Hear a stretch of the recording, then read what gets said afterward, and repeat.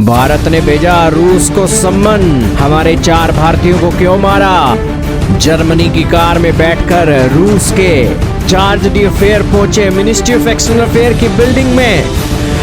जी हाँ दोस्तों, सिर पर जिनके एक भी बाल नहीं है, ये रशिया के चार्ज d'affaires हैं जो बेसिकली भारत की मिनिस्ट्री ऑफ एक्सटर्नल अफेयर की बिल्डिंग में पहुंचे हैं और पहुंचने का कारण है भारत का सम्मन। भारत ने सम्मन भेजा रशिया के राजदूत को कि भाई क्या बात है, रशिया वालों तुमने हमारे 4 भारतीय नाविकों को मौत के घाट उतार दिया। क्या बात हो गई, क्या गलती हो गई उन लोगों से कि तुमने सीधा उनको अटैक किया। तो इसके ऊपर दोस्तों रशिया के चार्ज d'affaires एक अपना जवाब देने के लिए आए थे और भारत ने भी उनको तलब करके जवाब देने की बात बोली थी। खास बात ये रही कि यहाँ पर वो ऑडी कार के अंदर बैठकर आए। ये ऑडी कार जर्मनी की कार कंपनी है जो बेसिकली जर्मनी में ये एक कारें बनाती है। तो बेसिकली बड़ी हैरानीजनक चीज़ हो रही है कि यहाँ पर रूस के एक चार्ज d'affaires जर्मनी की गाड़ियों का इस्तेमाल करते हैं और आरोप लगाते हैं कि जर्मनी यूक्रेन को हथियार देता है और वो हथियारों का इस्तेमाल रशिया के खिलाफ होता है।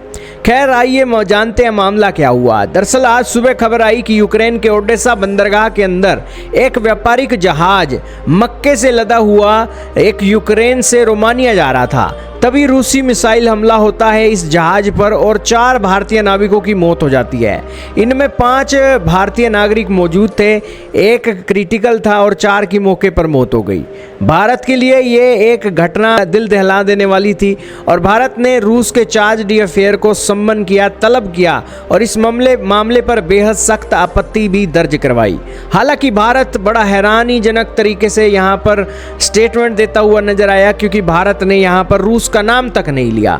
रूस सरेआम छाती ठोककर भारतीय नाविकों को मारकर चला गया, लेकिन भारत ने अपनी ऑफिशियल स्टेटमेंट के अंदर नाम नहीं लिया। फिर दोस्तों मीडिया के अंदर बातें आई तो दोस्तों यूक्रेन ने भी एतराज जताया, भारत की बदनामी हुई। तो दोस्तों रूस के चार्ज d'affaires को सम्मन किया गया और वो जर्मनी की कार ऑडी के अंदर बैठकर एक सामने आए। इसी के ऊपर दोस्तों एक स्टेटमेंट भी निकल कर आई जिसके अंदर यहाँ पर मिनिस्ट्री ऑफ एक्सटर्नल अफेयर ने कहा कि रशिया के चार्ज d'affaires को रिक्वेस्ट की गई कि हमारा जो भारत का स्ट्रॉन्ग कंसर्न है हमारी अथॉरिटीज़ का कि आप कमर्शियल शिपिंग को टारगेट कर रहे हो जिसके अंदर इनोसेंट सिविलियन मारे जा रहे हैं, ये अनएक्सेप्टेबल है, इसे एक्सेप्ट नहीं किया जाएगा और आप इसको अवॉइड करो। दोस्तों ये एक स्टेटमेंट दी और दूसरी तरफ रशिया से बयान आ गया। रशिया वाले कहते हम तो मारेंगे, भारत वालों हम तो मारेंगे। रशिया ने साफ मना कर दिया कि हम आपकी बात नहीं मानेंगे। रशिया बोला हम तो उनको मारेंगे।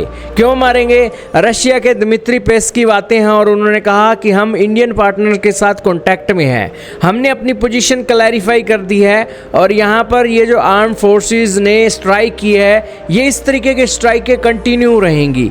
क्यों? क्योंकि ये स्ट्राइकें उन वेसल्स पर की गई हैं जो एम्यूनिशन ट्रांसपोर्ट करती हैं।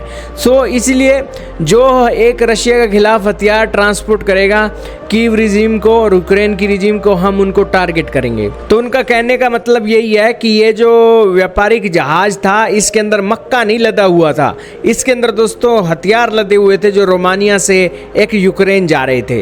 अब दोस्तों रशिया वाले पता नहीं कौन सी बूटी का नशा करके बैठे हैं कि ये जर्मनी वाले यूक्रेन को इतना एक समान हथियार देते हैं, यूरोप वाले इतना हथियार देते हैं, लेकिन उनके खुद के चार्ज d'affaires भारत के अंदर जर्मनी की ऑडी कंपनी की कार के अंदर बैठकर आते हैं। दोस्तों चुल्लू भर पानी हो तो दोस्तों उससे मुंह धो लेना चाहिए रशिया को, शायद उनकी आंख खुल जाए। खैर भारतीय नाविकों को दोस्तों इन्होंने मारा है और क्रूज मिसाइलों का हमला किया है और यहाँ पर निंदा करना तो दूर की बात, उन्होंने स्पष्ट कहा है कि भाई हम तो मारेंगे और मारने का कारण है ये हथियार सप्लाई कर रहे थे। कोई सबूत नहीं, कोई गवाह नहीं, यहाँ पर सीधा ही जज बना हुआ है रशिया और भारतीय नाविकों की दोस्तों मौत हो गई। आपका क्या मानना है कमेंट सेक्शन में बताइएगा। बेसिकली आजकल वर्ल्ड में दोस्तों कोई नियम कानून बच्चे नहीं हैं और इस मामले में वर्ल्ड वॉर 3 वाली सिचुएशन ही लग रही है। ना कोई अलाइज ना कोई बातें यहाँ पर देखने को मिल रही है। और रशिया का ये जो स्टैंड है काफ़ी खट्टा है।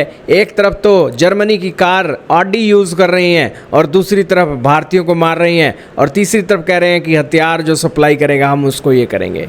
अगर दम है तो दोस्तों इन्हें एक वेस्टर्न कंट्रीज़ के प्रोडक्टों को छोड़ना चाहिए, और जो वेस्टर्न कंट्रीज़ हथियार सप्लाई कर रही हैं उनको अकाउंटेबल करना चाहिए। भारतीय लोगों के पीछे क्यों पड़े हुए हैं? अब भाई हथियार ट्रांसपोर्ट कर रहा था, कोई सबूत नहीं। अगर सबूत होता तो दोस्तों पेश करते, उनको गिरफ्तार करते। ब्लैक सी के अंदर इतना अखाड़ा बना हुआ है, अपनी वारशिप भेजकर उनको पकड़ लेते। लोगों को मारने की क्या ज़रूरत आने पड़ी? तो इसीलिए दोस्तों कहा जाता है कि रशिया को चुल्लू भर पानी लेना चाहिए और छिट्टे मुंह पर मार लेने चाहिए, शायद तक उनकी आंखें खुल जाएं। जर्मनी की गाड़ियां लेकर भारत में घूमते हैं और दूसरी तरफ कहते हैं कि हम अकाउंटेबल करेंगे। तो बेसिकली दोस्तों ये कॉलोनीज माइंडसेट दिखता है रशिया का, कि वो एक बड़ा हो गया है और भारत जैसा देश छोटा हो गया है। तो यही कारण है कि रशिया के लिए तो यही है इस घटना के लिए कि चुल्लू भर पानी लेना चाहिए और अपने मुंह पर मार देना चाहिए कि आखिरकार कौन सी एक बूटी का नशा करके बैठे हो। खैर दोस्तों, लानत है रूस पर कि इसने भारत के 4 भारतीय नाविकों को मार दिया और 4 परिवारों का सुहाग उजाड़ दिया। जबकि ये घटना ब्लैक सी में हो रही थी, उनके पास दर्जनों ऑप्शन थे कि उनको वो गिरफ्तार कर सकते थे, लेकिन अगर उनका दिमाग चलता होता तो दोस्तों ये इस तरीके से जंग थोड़ी ना यूक्रेन के अंदर लड़ रहे होते। यही कारण है कि दोस्तों बुरे कामों का बुरा नतीजा होता है, और आज नहीं तो कल रशिया जरूर भुगतेगा इन बुरे कामों का नतीजे को।